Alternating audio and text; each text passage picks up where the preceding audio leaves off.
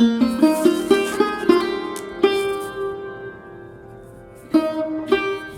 श्री परमात्मने नमः।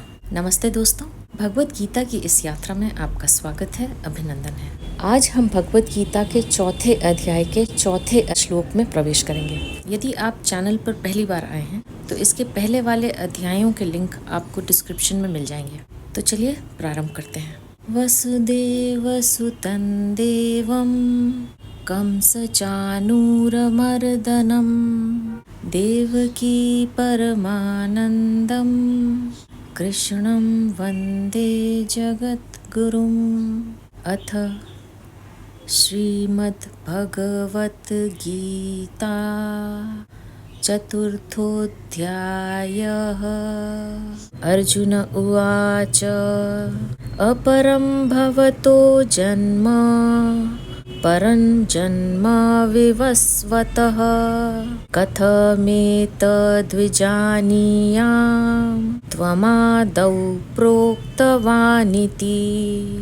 आपका जन्म तो अभी का है और सूर्य का जन्म बहुत पुराना है, अतः आपने ही सृष्टि के आरंभ में सूर्य से यह योग कहा था। यह बात मैं कैसे समझूं?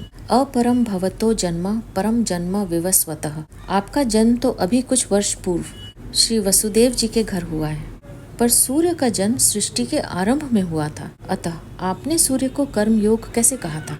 अर्जुन के इस प्रश्न में तर्क या आक्षेप नहीं है, प्रत्युत जिज्ञासा है। वे भगवान के जन्म संबंधी रहस्य को सुगमता पूर्वक समझने की दृष्टि से ही प्रश्न करते हैं, क्योंकि अपने जन्म संबंधी रहस्य को प्रकट करने में भगवान ही सर्वथा समर्थ हैं। कथमेतद्विजानीयाम् त्वमादौ प्रोक्तवानिति। मैं आपको सृष्टि के आदि में उपदेश देने वाला कैसे जानूं? अर्जुन के प्रश्न का तात्पर्य यह है कि सूर्य को उपदेश देने के बाद से सूर्य वंश की यानी मनु, इक्ष्वाकु आदि कई पीढ़ियां बीत चुकी हैं और आपका अवतार अभी का है, अतः आपने सृष्टि के आदि में सूर्य को उपदेश कैसे दिया था, यह बात मैं अच्छी तरह समझना चाहता हूँ। सूर्य तो अभी भी है, इसलिए उसे अभी भी उपदेश दिया जा सकता है, परंतु आपने सूर्य को उपदेश देने के बाद सूर्य वंश की परंपरा का भी वर्णन किया है, जिससे यह सिद्ध होता है कि आपने सूर्य को उपदेश अभी नहीं दिया है। अतः आपने सूर्य को कल्प के आदि में कैसे उपदेश दिया था? अर्जुन के प्रश्न के उत्तर में अपना अवतार रहस्य प्रकट करने के लिए भगवान पहले अपनी सर्वज्ञता का दिग्दर्शन कराते हैं। श्री भगवान उवाच बहूनि मे व्यतीतानि जन्मानि तव चार्जुन तान्यहं वेद सर्वाणि न त्वं वेत्थ परन्तप। श्री भगवान बोले, हे परंतप अर्जुन, मेरे और तेरे बहुत से जन्म हो चुके हैं, उन सबको मैं जानता हूँ, पर तू नहीं जानता। तीसरे श्लोक में भगवान ने अर्जुन को अपना भक्त और प्रिय सखा कहा था, इसलिए पीछे के श्लोक में अर्जुन अपने हृदय की बात निसंकोच होकर पूछते हैं। अर्जुन में भगवान के जन्म रहस्य को जानने की प्रबल जिज्ञासा उत्पन्न हुई है, इसलिए भगवान उनके सामने मित्रता के नाते अपने जन्म का रहस्य प्रकट कर देते हैं। यह नियम है कि श्रोता की प्रबल जिज्ञासा होने पर वक्ता अपने को छिपाकर नहीं रख सकता, इसलिए संत महात्मा भी अपने विशेष श्रद्धा रखने वालों के सामने अपने आप को प्रकट कर सकते हैं। गुढ़ौ तत्व न साधु दुरावहिम आरत अधिकारी जहम पावहिम। मानस 1:110-1। बहुनि मे व्यतीतानि जन्मानि तव चार्जुन। समय समय पर मेरे और तेरे बहुत से जन्म हो चुके हैं, परंतु मेरा जन्म और तरह का है, जिसका वर्णन आगे छठे श्लोक में करेंगे, और तेरा यानी जीव का जन्म और तरह का है, जिसका वर्णन 8वें अध्याय के 19वें और 13वें अध्याय के 21वें से 26वें श्लोक में करेंगे। तात्पर्य यह है कि मेरे और तेरे बहुत से जन्म होने पर भी वे अलग अलग प्रकार के हैं। दूसरे अध्याय के 12वें श्लोक में भगवान ने अर्जुन से कहा था कि मैं यानी भगवान और तू तथा ये राजा लोग यानी जीव पहले नहीं थे और आगे नहीं रहेंगे। ऐसा नहीं है। तात्पर्य यह है कि भगवान और उनका अंश जीवात्मा दोनों ही अनादि और नित्य हैं। तान्यहम वेद सर्वाणि। संसार में ऐसे जातिस्मर जीव भी होते हैं जिनको अपने पूर्व जन्मों का ज्ञान होता है। ऐसे मनुष्य युजान योगी कहलाते हैं, जो साधना करके सिद्ध होते हैं। साधना में अभ्यास करते करते इनकी वृत्ति इतनी तेज हो जाती है कि ये जहाँ वृत्ति लगाते हैं वहीं का ज्ञान इनको हो जाता है। ऐसे योगी कुछ सीमा तक ही अपने पुराने जन्मों को जान सकते हैं, संपूर्ण जन्मों को नहीं। इसके विपरीत भगवान युक्त योगी कहलाते हैं, जो साधना किए बिना स्वतः सिद्ध नित्य योगी हैं। जन्मों को जानने के लिए उन्हें वृत्ति नहीं लगानी पड़ती, प्रत्युत उनमें अपने और जीवों के भी संपूर्ण जन्मों का स्वतः स्वाभाविक ज्ञान सदा बना रहता है। उनके ज्ञान में भूत, भविष्य और वर्तमान का भेद नहीं है, प्रत्युत उनके अखंड ज्ञान में सब कुछ सदा वर्तमान ही रहता है। गीता 7वें अध्याय का 26वां श्लोक। कारण कि भगवान संपूर्ण देश, काल, वस्तु, व्यक्ति, परिस्थिति आदि में पूर्ण रूप से विद्यमान रहते हुए भी इनसे सर्वथा अतीत रहते हैं। मैं उन सबको जानता हूँ। भगवान के इस वचन से साधकों को एक विशेष आनंद आना चाहिए कि हम भगवान की जानकारी में हैं। भगवान हमें निरंतर देख रहे हैं, हम कैसे ही क्यों न हो, पर हैं भगवान के ज्ञान में। न त्वम वेत्थ परंतप। जन्मों को न जानने में मूल हेतु है अंतःकरण में नाशवान पदार्थों का आकर्षण, महत्व होना। इसी के कारण मनुष्य का ज्ञान विकसित नहीं होता। अर्जुन के अंतःकरण में नाशवान पदार्थों का, व्यक्तियों का महत्व था, इसलिए वे कुटुंबियों के मरने के भय से युद्ध नहीं करना चाहते थे। पहले अध्याय के 33वें श्लोक में अर्जुन ने कहा था कि जिनके लिए हमारी राज्य, भोग और सुख की इच्छा है, वे ही ये कुटुंबी प्राणों की और धन की आशा छोड़कर युद्ध में खड़े हैं। इससे सिद्ध होता है कि अर्जुन राज्य, भोग और सुख चाहते थे। अतः नाशवान पदार्थों की कामना होने के कारण वे अपने पूर्व जन्मों को नहीं जानते थे। ममता आसक्ति पूर्वक अपने सुख, भोग और आराम के लिए धन आदि पदार्थों का संग्रह करना परिग्रह कहलाता है। परिग्रह का सर्वथा त्याग करना अर्थात अपने सुख, आराम आदि के लिए किसी भी वस्तु का संग्रह न करना अपरिग्रह कहलाता है। अपरिग्रह की दृढ़ता होने पर पूर्व जन्मों का ज्ञान हो जाता है। अपरिग्रह स्थैर्य जन्म कथांता संबोधः। पातंजल योग दर्शन 2 अध्याय का 39वां श्लोक। संसार यानी क्रिया और पदार्थ सदैव परिवर्तनशील और असत है, अतः उनमें अभाव यानी कमी होना निश्चित है। अभाव रूप संसार से संबंध जोड़ने के कारण मनुष्य को अपने में भी अभाव दिखने लगता है। अभाव दिखने के कारण उसमें यह कामना पैदा हो जाती है कि अभाव की तो पूर्ति हो जाए, फिर नया और मिले। इस कामना की पूर्ति में ही वह दिन रात लगा रहता है, परंतु कामना की पूर्ति होने वाली है नहीं। कामनाओं के कारण मनुष्य बेहोश सा हो जाता है। अतः ऐसे मनुष्य को अनेक जन्मों का ज्ञान तो दूर, वर्तमान कर्तव्य का भी ज्ञान नहीं होता। क्या कर रहा हूँ और क्या करना चाहिए यह भी नहीं जानता। इस श्लोक में भगवान ने बताया कि मेरे और तेरे बहुत से जन्म हो चुके हैं। अब आगे के श्लोक में भगवान अपने जन्म यानी अवतार की विलक्षणता बताते हैं। अजोपि सन्नव्ययात्मा भूतानामीश्वरोऽपि सन् प्रकृतिं स्वामधिष्ठाय संभवाम्यात्ममायया।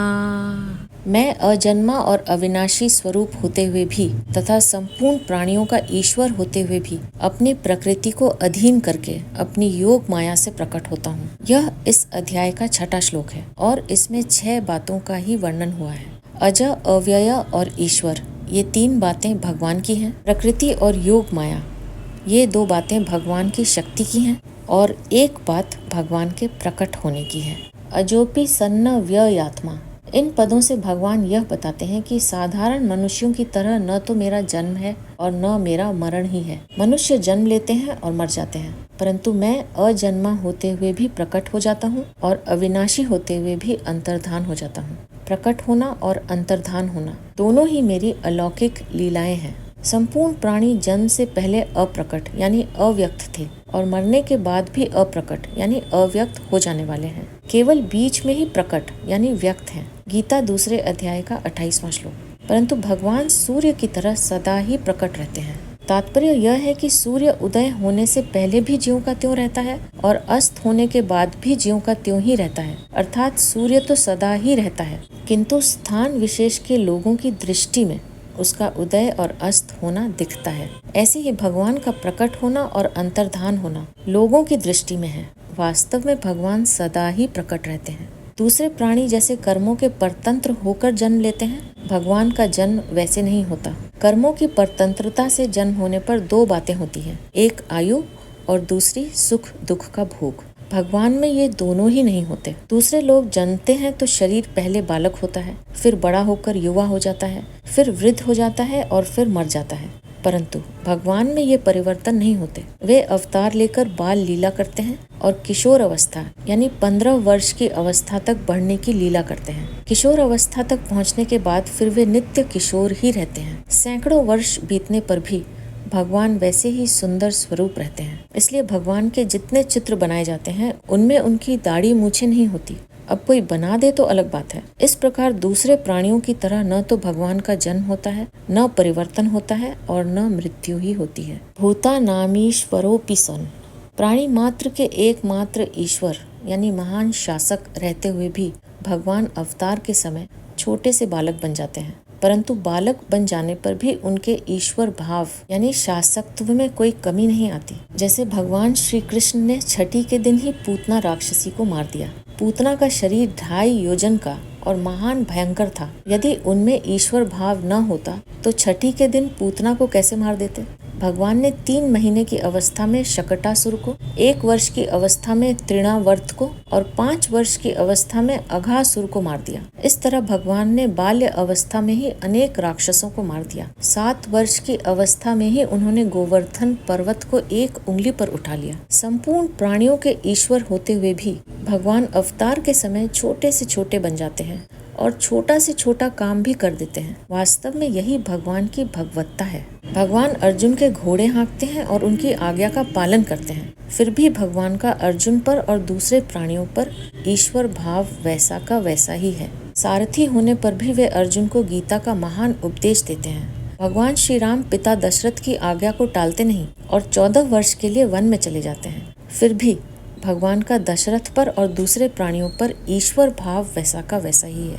प्रकृतिम स्वामधिष्ठाय, जो सत्व रज और तम इन तीनों गुणों से अलग है, वह भगवान की शुद्ध प्रकृति है। यह शुद्ध प्रकृति भगवान का स्वकीय सच्चिदानंद घन स्वरूप है। इसी को संधिनी शक्ति, संवित शक्ति और आह्वादिनी शक्ति कहते हैं। इसी को चिन्मय शक्ति, कृपा शक्ति आदि नामों से कहते हैं। श्री राधा जी, श्री सीता जी आदि भी यही हैं। भगवान को प्राप्त कराने वाली भक्ति और ब्रह्म विद्या भी यही है। प्रकृति भगवान की शक्ति है। जैसे अग्नि में 2 शक्तियाँ रहती हैं, प्रकाशिका और दाहिका। प्रकाशिका शक्ति अंधकार को दूर करके प्रकाश कर देती है तथा भय भी मिटाती है। दाहिका शक्ति जला देती है तथा वस्तु को पकाती है एवं ठंडक भी दूर करती है। ये दोनों शक्तियाँ अग्नि से भिन्न भी नहीं है और अभिन्न भी नहीं है। भिन्न इसलिए नहीं है कि वे अग्नि रूप ही हैं, अर्थात उन्हें अग्नि से अलग नहीं किया जा सकता, और अभिन्न इसलिए नहीं है कि अग्नि के रहते हुए भी मंत्र, औषध आदि से अग्नि की दाहिका शक्ति कुंठित की जा सकती है। ऐसे ही भगवान में जो शक्ति रहती है उसे भगवान से भिन्न और अभिन्न दोनों ही नहीं कह सकते। जैसे दिया सलाई में अग्नि की सत्ता तो सदा रहती है, पर उसकी प्रकाशिका और दाहिका शक्ति छिपी हुई रहती है। ऐसे ही भगवान संपूर्ण देश, काल, वस्तु, व्यक्ति आदि में सदा रहते हैं, पर उनकी शक्ति छिपी हुई रहती है। उस शक्ति को अधिष्ठित करके अर्थात अपने वश में करके उसके द्वारा भगवान प्रकट होते हैं। जैसे जब तक अग्नि अपनी प्रकाशिका और दाहिका शक्ति को लेकर प्रकट नहीं होती, तब तक सदा रहते हुए भी अग्नि नहीं दिखती। ऐसे ही जब तक भगवान अपनी शक्ति को लेकर प्रकट नहीं होते, तब तक भगवान हरदम रहते हुए भी नहीं दिखते। राधा जी, सीता जी, रुक्मणी जी आदि सब भगवान की निजी दिव्य शक्तियाँ हैं। भगवान सामान्य रूप से सब जगह रहते हुए भी कोई काम नहीं करते। जब करते हैं तब अपनी दिव्य शक्तियों को लेकर ही करते हैं। उस दिव्य शक्ति के द्वारा भगवान विचित्र विचित्र लीलाएं करते हैं। उनकी लीलाएं इतनी विचित्र और अलौकिक होती हैं कि उनको सुनकर, गाकर और याद करके भी जीव पवित्र होकर अपना उद्धार कर लेते हैं। निर्गुण उपासना में वही शक्ति ब्रह्म विद्या हो जाती है और सगुण उपासना में वही शक्ति भक्ति हो जाती है। जीव भगवान का ही अंश है। जब वह दूसरों में मानी हुई ममता हटाकर एकमात्र भगवान की स्वतः सिद्ध वास्तविक आत्मीयता को जागृत कर लेता है, तब भगवान की शक्ति उसमें भक्ति रूप से प्रकट हो जाती है। वह भक्ति इतनी विलक्षण है कि निराकार भगवान को भी साकार रूप में प्रकट कर देती है, भगवान को भी खींच लेती है। वह भक्ति भी भगवान ही देते हैं। भगवान की भक्ति रूप शक्ति के दो रूप हैं, विरह और मिलन। भगवान विरह भी भेजते हैं और मिलन भी। जब भगवान विरह भेजते हैं तब भक्त भगवान के बिना व्याकुल हो जाता है। व्याकुलता की अग्नि में संसार की आसक्ति जल जाती है और भगवान प्रकट हो जाते हैं। ज्ञान मार्ग में भगवान की शक्ति पहले उत्कट जिज्ञासा के रूप में आती है, जिससे तत्व को जाने बिना साधक से रहा नहीं जाता, और फिर ब्रह्म विद्या रूप से जीव के अज्ञान का नाश करके उसके वास्तविक स्वरूप को प्रकाशित कर देती है।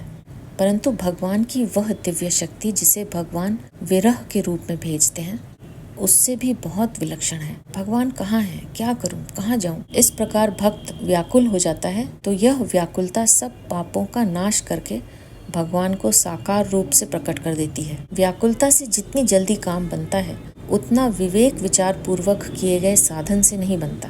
यहाँ विशेष बात यह है कि भगवान अपनी प्रकृति के द्वारा अवतार लेते हैं और तरह तरह की अलौकिक लीलाएं करते हैं। जैसे अग्नि स्वयं कुछ नहीं करती, उसकी प्रकाशिका शक्ति प्रकाश कर देती है, दाहिका शक्ति जला देती है, ऐसे ही भगवान स्वयं कुछ नहीं करते, उनकी दिव्य शक्ति ही सब काम कर देती है। शास्त्रों में आता है कि सीता जी कहती हैं, रावण को मारना आदि सब काम मैंने किया है, राम जी ने कुछ नहीं किया।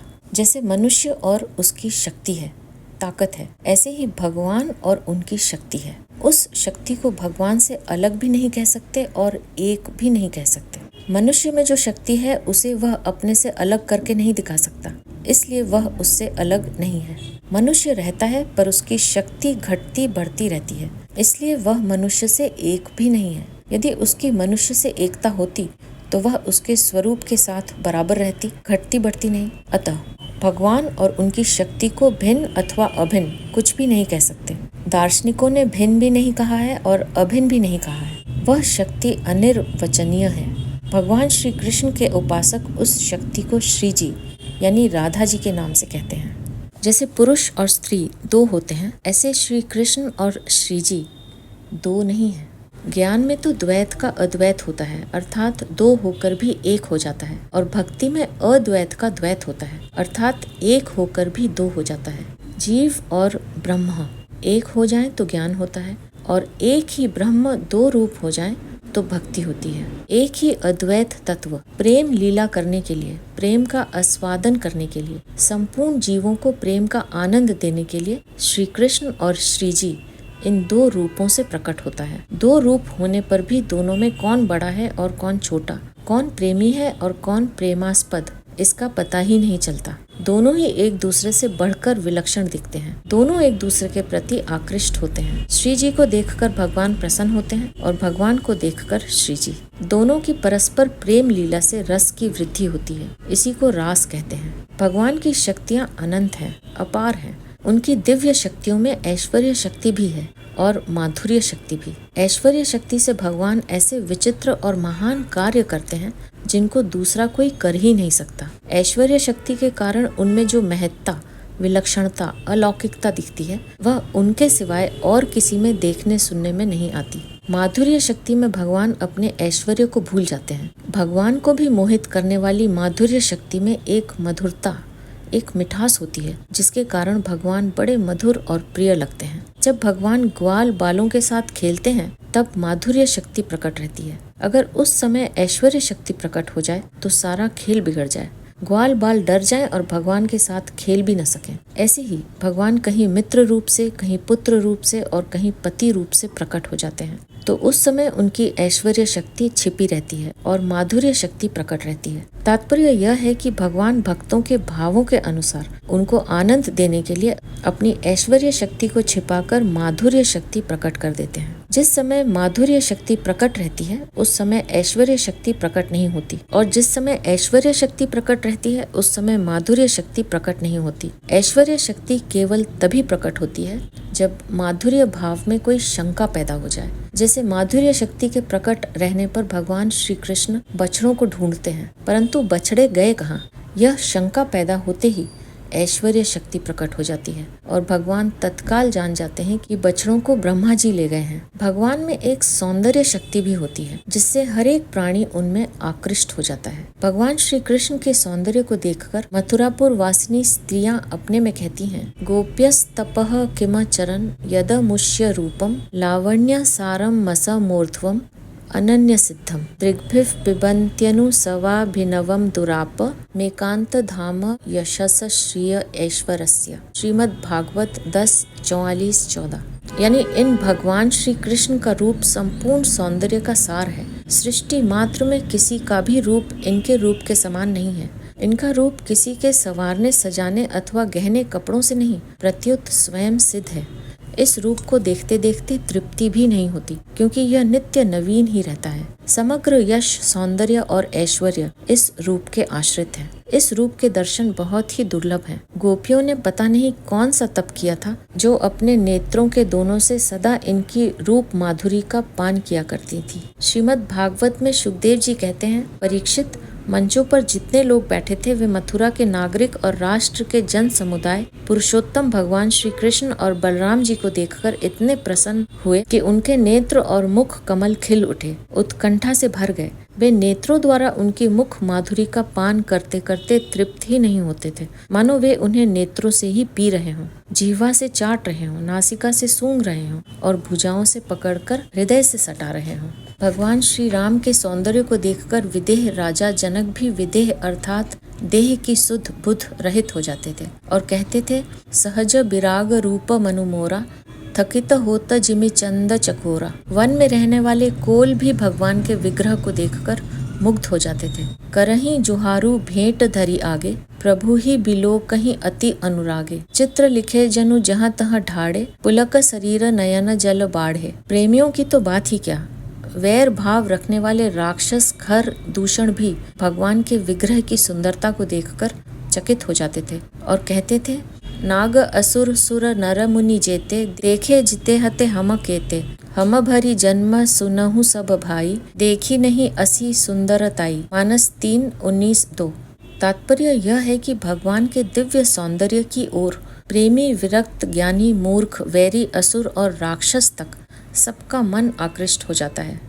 यदा यदा हि धर्मस्य ग्लानिर्भवति भारत, अभ्युत्थानमधर्मस्य तदात्मानं सृजाम्यहम्। हे भरतवंशी अर्जुन, जब जब धर्म की हानि होती है और अधर्म की वृद्धि होती है, तब तब ही मैं अपने आप को साकार रूप से प्रकट करता हूँ। यदा यदा हि धर्मस्य ग्लानिर्भवति भारत, अभ्युत्थानमधर्मस्य। धर्म की हानि और अधर्म की वृद्धि का स्वरूप है भगवत प्रेमी, धर्मात्मा, सदाचारी, निरअपराध और निर्बल मनुष्यों पर नास्तिक, पापी, दुराचारी और बलवान मनुष्यों का अत्याचार बढ़ जाना तथा लोगों में सद्गुण, सदाचारों की अत्यधिक कमी और दुर्गुण, दुराचारों की अत्यधिक वृद्धि हो जाना। यदा यदा पदों का तात्पर्य है कि जब जब आवश्यकता पड़ती है तब तब भगवान अवतार लेते हैं। एक युग में भी जितनी बार आवश्यकता और अवसर प्राप्त हो जाए उतनी बार अवतार ले सकते हैं। उदाहरणार्थ, समुद्र मंथन के समय भगवान ने अजित रूप से समुद्र मंथन किया, कच्छप रूप से मंदराचल को धारण किया तथा सहस्र बाहु रूप से मंदराचल को ऊपर से दबा कर रखा। फिर देवताओं को अमृत बांटने के लिए मोहिनी रूप धारण किया। इस प्रकार भगवान ने एक साथ अनेक रूप धारण किए। अधर्म की वृद्धि और धर्म का ह्रास होने का मुख्य कारण है नाशवान पदार्थों की ओर आकर्षण। जैसे माता और पिता से शरीर बनता है, ऐसे ही प्रकृति और परमात्मा से सृष्टि बनती है।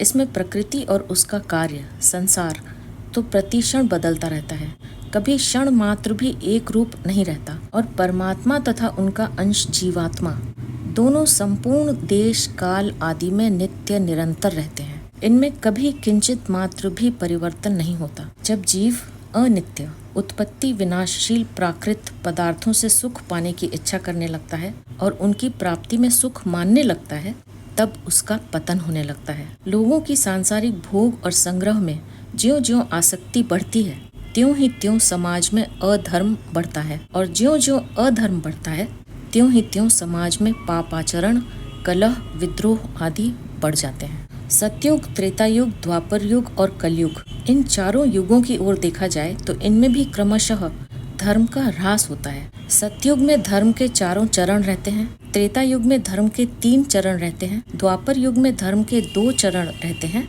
और कलयुग में धर्म का केवल 1 चरण शेष रहता है। जब युग की मर्यादा से भी अधिक धर्म का ह्रास हो जाता है, तब भगवान धर्म की पुनः स्थापना करने के लिए अवतार लेते हैं। तदात्मानं सृजाम्यहम्। जब जब धर्म की हानि और अधर्म की वृद्धि होती है, तब तब भगवान अवतार ग्रहण करते हैं। अतः भगवान के अवतार लेने का मुख्य प्रयोजन है धर्म की स्थापना करना और अधर्म का नाश करना। धर्म की हानि और अधर्म की वृद्धि होने पर लोगों की प्रवृत्ति अधर्म में हो जाती है। अधर्म में प्रवृत्ति होने से स्वाभाविक पतन होता है। भगवान प्राणी मात्र के परम सुहृद हैं, इसलिए लोगों को पतन में जाने से रोकने के लिए वे स्वयं अवतार लेते हैं। कर्मों में सकाम भाव उत्पन्न होना ही धर्म की हानि है और अपने अपने कर्तव्य से च्युत होकर निषिद्ध आचरण करना ही अधर्म का अभ्युत्थान है। काम अर्थात कामना से ही सब के सब अधर्म, पाप, अन्याय आदि होते हैं। गीता 3 अध्याय का 37वां श्लोक। अतः इस काम का नाश करने के लिए तथा निष्काम भाव का प्रसार करने के लिए भगवान अवतार लेते हैं। यहाँ शंका हो सकती है कि वर्तमान समय में धर्म का ह्रास और अधर्म की वृद्धि बहुत हो रही है, फिर भगवान अवतार क्यों नहीं लेते?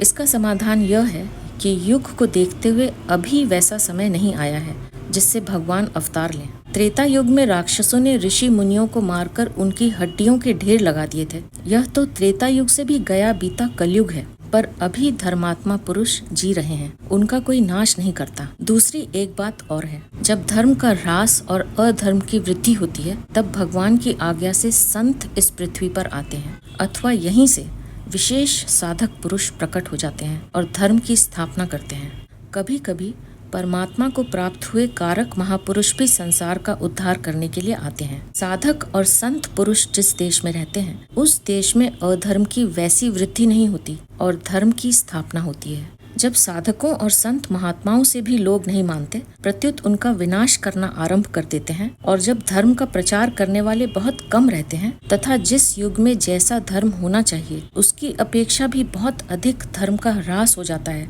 तब भगवान स्वयं आते हैं। इस श्लोक में अपने अवतार के अवसर का वर्णन करके अब भगवान अपने अवतार का प्रयोजन बताते हैं। परित्राणाय साधूनां विनाशाय च दुष्कृतां धर्म संस्थापनार्थाय संभवामि युगे युगे। साधुओं और भक्तों की रक्षा करने के लिए, पाप कर्म करने वालों का विनाश करने के लिए और धर्म की भली भांति स्थापना करने के लिए मैं युग युग में प्रकट हुआ करता हूँ। परित्राणाय साधूनाम, साधु मनुष्यों के द्वारा ही अधर्म का नाश और धर्म का प्रचार होता है, इसलिए उनकी रक्षा करने के लिए भगवान अवतार लेते हैं। दूसरों का हित करना ही जिनका स्वभाव है और जो भगवान के नाम, रूप, गुण, प्रभाव, लीला आदि का श्रद्धा और प्रेम पूर्वक स्मरण, कीर्तन आदि करते हैं और लोगों में भी इसका प्रचार करते हैं, ऐसे भगवान के आश्रित भक्तों के लिए यहाँ साधु नाम पद आया है। जिसका एकमात्र परमात्म प्राप्ति का उद्देश्य है वह साधु है और जिसका नाशवान संसार का उद्देश्य है वह असाधु है। असत और परिवर्तनशील वस्तु में सद्भाव करने और उसे महत्व देने से कामनाएं पैदा होती हैं। ज्यों-ज्यों कामनाएं नष्ट होती हैं, त्यों-त्यों साधुता आती है और ज्यों-ज्यों कामनाएं बढ़ती हैं, त्यों-त्यों साधुता लुप्त होती है। कारण कि असाधुता का मूल हेतु कामना ही है। साधुता से अपना उद्धार और लोगों का स्वतः उपकार होता है। साधु पुरुष के भावों और क्रियाओं में पशु, पक्षी, वृक्ष, पर्वत, मनुष्य, देवता, पितर, ऋषि, मुनि आदि सबका हित भरा रहता है। हेतु रहित जग जुग उपकारी, तुम्हार सेवक असुरारी। मानस 7:47-3। यदि लोग उसके मन के भावों को जान जाएं तो वे उसके चरणों के दास बन जाएं। इसके विपरीत यदि लोग दुष्ट पुरुष के मन के भावों को जान जाएं तो दिन में कई बार लोगों से उसकी पिटाई हो। यहाँ शंका हो सकती है कि यदि भगवान साधु पुरुषों की रक्षा किया करते हैं तो फिर संसार में साधु पुरुष दुख पाते हुए क्यों देखे जाते हैं? इसका समाधान यह है कि साधु पुरुषों की रक्षा का तात्पर्य उनके भावों की रक्षा है, शरीर, धन, संपत्ति, मान, बड़ाई आदि की रक्षा नहीं, कारण कि वे इन सांसारिक पदार्थों को महत्व नहीं देते। भगवान भी इन वस्तुओं को महत्व नहीं देते, क्योंकि सांसारिक पदार्थों को महत्व देने से ही असाधुता पैदा होती है। भक्तों में सांसारिक पदार्थों का महत्व और उद्देश्य होता ही नहीं, तभी तो वे भक्त हैं। भक्त लोग प्रतिकूल यानी दुखदायी परिस्थिति में विशेष प्रसन्न होते हैं, क्योंकि प्रतिकूलता से जितना आध्यात्मिक लाभ होता है उतना किसी दूसरे साधन से नहीं होता। वास्तव में भक्ति भी प्रतिकूलता में ही बढ़ती है। सांसारिक राग आसक्ति से ही पतन होता है और प्रतिकूलता से वह राग टूटता है। इसलिए भगवान का भक्तों के लिए प्रतिकूलता भेजना भी वास्तव में भक्तों की रक्षा करना है। विनाशाय च दुष्कृताम, दुष्ट मनुष्य अधर्म का प्रचार और धर्म का नाश करते हैं, इसलिए उनका विनाश करने के लिए भगवान अवतार लेते हैं। जो मनुष्य कामना के अत्यधिक बढ़ने के कारण झूठ, कपट, छल, बेईमानी आदि दुर्गुण दुराचारों में लगे हुए हैं, जो निरपराध सद्गुण सदाचारी साधुओं पर अत्याचार किया करते हैं, जो दूसरों का अहित करने में ही लगे रहते हैं, जो प्रवृत्ति और निवृत्ति को नहीं जानते, भगवान और वेद शास्त्रों का विरोध करना ही जिनका स्वभाव हो गया है, ऐसे आसुरी संपत्ति में अधिक रचे पचे रहकर वैसा ही बुरा आचरण करने वाले मनुष्यों के लिए यहाँ दुष्कृताम पद आया है। भगवान अवतार लेकर ऐसे दुष्ट मनुष्यों का विनाश करते हैं। यहाँ शंका हो सकती है कि भगवान तो सब प्राणियों में सम है और उनका कोई वैरी नहीं है। समोहम सर्वभूतेषु न मे द्वेष्यः, गीता 9वें अध्याय का 29वां श्लोक। फिर वे दुष्टों का विनाश क्यों करते हैं? इसका समाधान यह है कि संपूर्ण प्राणियों के परम सुहृद होने से भगवान का कोई वैरी नहीं है, परंतु जो मनुष्य भक्तों का अपराध करता है वह भगवान का वैरी होता है। सुन सुरेश रघुनाथ सभाऊ, निज अपराध रिसाहिम नकाऊ, जो अपराधु भगत कर करई, राम रोष पावक सो जरई। मानस 2:218 दूसरा तीसरा श्लोक। भगवान का एक नाम भक्त भक्तिमान है। श्रीमद् भागवत 10:86-59। अतः भक्तों को कष्ट देने वाले दुष्टों का विनाश भगवान स्वयं करते हैं। पाप का विनाश भक्त करते हैं और पापी का विनाश भगवान करते हैं। साधुओं का परित्राण करने में भगवान की जितनी कृपा है, उतनी ही कृपा दुष्टों का विनाश करने में भी है। विनाश करके भगवान उन्हें शुद्ध पवित्र बनाते हैं। संत महात्मा धर्म की स्थापना तो करते हैं, पर दुष्टों के विनाश का कार्य वे नहीं करते। दुष्टों का विनाश करने का कार्य भगवान अपने हाथ में रखते हैं। जैसे साधारण मलहम पट्टी करने का काम तो कंपाउंडर करता है, पर बड़ा ऑपरेशन करने का काम सर्जन खुद करता है, दूसरा नहीं।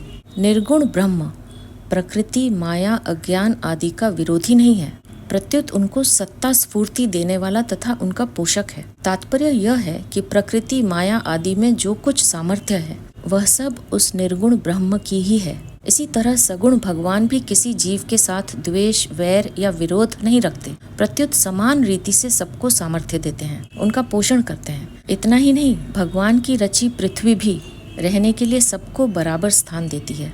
उसका यह पक्षपात नहीं है कि महात्मा को तो विशेष स्थान दे पर दुष्ट को स्थान न दे। ऐसे ही अन्न सबकी भूख बराबर मिटाता है, जल सबकी प्यास समान रूप से मिटाता है, वायु सबको प्राणवायु एक सी देती है, सूर्य सबको प्रकाश एक सा देता है आदि। यदि पृथ्वी, अन्न, जल आदि दुष्टों को स्थान, अन्न, जल आदि देना बंद कर दें तो दुष्ट जी ही नहीं सकते। इस प्रकार जब भगवान के विधान के अनुसार चलने वाले पृथ्वी, अन्न, जल, वायु, सूर्य आदि में भी इतनी उदारता, समता है, तब इस विधान के विधायक यानी भगवान में कितनी विलक्षण उदारता, समता होगी। वे तो उदारता के भंडार ही हैं। यदि विधायक यानी भगवान और उनके विधान की ओर थोड़ा सा भी दृष्टिपात किया जाए तो मनुष्य गदगद हो जाए और भगवान के चरणों में उसका प्रेम हो जाए। भगवान का दुष्ट पुरुषों से विरोध नहीं है, प्रत्युत उनके दुष्कर्मों से विरोध है, कारण कि वे दुष्कर्म संसार का तथा उन दुष्टों का भी अहित करने वाले हैं। भगवान तो सर्व सुहृद हैं, अतः वे संसार का तथा उन दुष्टों का भी हित करने के लिए ही दुष्टों का विनाश करते हैं। उनके द्वारा जो दुष्ट मारे जाते हैं उनको भगवान अपने ही धाम में भेज देते हैं। यह उनकी कितनी विलक्षण उदारता है। यहाँ यह प्रश्न हो सकता है कि अगर हम पाप कर्म ही करते रहें तो क्या हमें भी मारने के लिए भगवान को आना पड़ेगा? अगर ऐसी बात है तो भगवान के द्वारा मरने से हमारा कल्याण हो ही जाएगा। फिर जिनमें संयम करना पड़ता है, ऐसे श्रम साध्य सद्गुण सदाचार का पालन क्यों करें? इसका उत्तर यह है कि वास्तव में भगवान उन्हीं पापियों को मारने के लिए आते हैं जो भगवान के सिवाय दूसरे किसी से मर ही नहीं सकते। दूसरी बात, शुभ कर्मों में जितना लगेंगे उतना तो पुण्य हो ही जाएगा, पर अशुभ कर्मों में लगे रहने से यदि बीच में ही मर जाएंगे अथवा कोई दूसरा मार देगा तो मुश्किल हो जाएगी। तब भगवान के हाथों मरकर मुक्ति पाने की लालसा कैसे पूरी होगी? इसलिए अशुभ कर्म करने ही नहीं चाहिए। धर्म संस्थापनार्थाय, निष्काम भाव का उपदेश, आदेश और प्रचार ही धर्म की स्थापना है। कारण कि निष्काम भाव की कमी से और असत वस्तु को सत्ता देकर उसे महत्व देने से ही अधर्म बढ़ता है, जिससे मनुष्य दुष्ट स्वभाव वाले हो जाते हैं। इसलिए भगवान अवतार लेकर आचरण के द्वारा निष्काम भाव का प्रचार करते हैं। निष्काम भाव के प्रचार से धर्म की स्थापना स्वतः हो जाती है। धर्म का आश्रय भगवान है। गीता 14वें अध्याय का 27वां श्लोक। इसलिए शाश्वत धर्म की स्थापना करने के लिए भगवान अवतार लेते हैं। स्थापना करने का अर्थ है सम्यक स्थापना करना। तात्पर्य है कि धर्म का कभी नाश नहीं होता, केवल ह्रास होता है। धर्म का ह्रास होने पर भगवान पुनः उसकी अच्छी तरह से स्थापना करते हैं। गीता 4 अध्याय के 1 से 3 श्लोक तक। संभवामि युगे युगे, आवश्यकता पड़ने पर भगवान प्रत्येक युग में अवतार लेते हैं। एक युग में भी जितनी बार जरूरत पड़ती है उतनी बार भगवान अवतार लेते हैं। कारक पुरुष और संत महात्माओं के रूप में भी भगवान का अवतार हुआ करता है। भगवान और कारक पुरुष का अवतार तो नैमित्तिक है, पर संत महात्माओं का अवतार नित्य माना गया है। यहाँ शंका हो सकती है कि भगवान तो सर्व समर्थ हैं, फिर संतों की रक्षा करना, दुष्टों का विनाश करना और धर्म की स्थापना करना, ये काम क्या वे अवतार लिए बिना नहीं कर सकते? इसका समाधान यह है कि भगवान अवतार लिए बिना ये काम नहीं कर सकते, ऐसी बात नहीं है। अनायास ही सब कुछ कर सकते हैं और करते भी रहते हैं। तथापि जीवों पर विशेष कृपा करके उनका कुछ और हित करने के लिए भगवान स्वयं अवतीर्ण होते हैं। अवतार काल में भगवान के दर्शन, स्पर्श, वार्तालाप आदि से, भविष्य में उनकी दिव्य लीलाओं के श्रवण, चिंतन और ध्यान से तथा उनके उपदेशों के अनुसार आचरण करने से लोगों का सहज ही उद्धार हो जाता है। इस प्रकार लोगों का सदा उद्धार होता ही रहे, ऐसी एक रीति भगवान अवतार लेकर ही चलाते हैं। भगवान के कई ऐसे प्रेमी भक्त होते हैं जो भगवान के साथ खेलना चाहते हैं, उनके साथ रहना चाहते हैं। उनकी इच्छा पूरी करने के लिए भी भगवान अवतार लेते हैं और उनके सामने आकर उनके समान बनकर खेलते हैं। जिस युग में जितना कार्य आवश्यक होता है, भगवान उसी के अनुसार अवतार लेकर उस कार्य को पूरा करते हैं। इसलिए भगवान के अवतारों में तो भेद होता है, पर स्वयं भगवान में कोई भेद नहीं होता। भगवान सभी अवतारों में पूर्ण है और पूर्ण ही रहते हैं। भगवान के लिए न तो कोई कर्तव्य है और न उन्हें कुछ पाना ही शेष है। गीता 3 अध्याय का 22वां श्लोक। फिर भी वे समय समय पर अवतार लेकर केवल संसार का हित करने के लिए सब कर्म करते हैं। इसलिए मनुष्य को भी केवल दूसरों के हित के लिए ही कर्तव्य कर्म करने चाहिए। इस अध्याय के 4 श्लोक में आए अर्जुन के प्रश्न के उत्तर में भगवान ने मनुष्यों के जन्म और अपने जन्म यानी अवतार में 3 बड़े अंतर बताए हैं। पहला, जानने में अंतर। मनुष्यों के और भगवान के बहुत से जन्म हो चुके हैं। उन सब जन्मों को मनुष्य तो नहीं जानते, पर भगवान जानते हैं। 4 अध्याय का 5वां श्लोक। दूसरा, जन्म में अंतर। मनुष्य प्रकृति के परवश होकर अपने किए हुए पाप पुण्यों का फल भोगने के लिए और फल भोग पूर्वक परमात्मा की प्राप्ति करने के लिए जन्म लेता है, पर भगवान अपनी प्रकृति को अधीन करके स्वाधीनता पूर्वक अपनी योग माया से स्वयं प्रकट होते हैं। 4 अध्याय का 6वां श्लोक। और तीसरा, कार्य में अंतर। साधारणतः मनुष्य अपनी कामनाओं की पूर्ति के लिए कार्य करते हैं, जो कि मनुष्य जन्म का ध्येय नहीं है, पर भगवान केवल मात्र जीवों के कल्याण के लिए कार्य करते हैं। 4 अध्याय का 7वां 8वां श्लोक। इस अध्याय के 4 श्लोक में आए अर्जुन के प्रश्न के उत्तर में भगवान ने अपने जन्म की दिव्यता का वर्णन आरंभ किया था। अब अपनी ओर से निष्काम कर्म यानी कर्म योग का तत्व बताने के उद्देश्य से अपने जन्म की दिव्यता के साथ साथ अपने कर्म की दिव्यता को जानने का भी महात्म्य बताते हैं। आगे के श्लोकों को लेकर हम अपनी अगली प्रस्तुति में फिर उपस्थित होंगे। अब मैं आपसे आज्ञा लूंगी। आप अपना ध्यान रखिए, हमेशा खुश रहिए, मुस्कुराते रहिए। आपका बहुत बहुत धन्यवाद। ओम श्री परमात्मने नमः।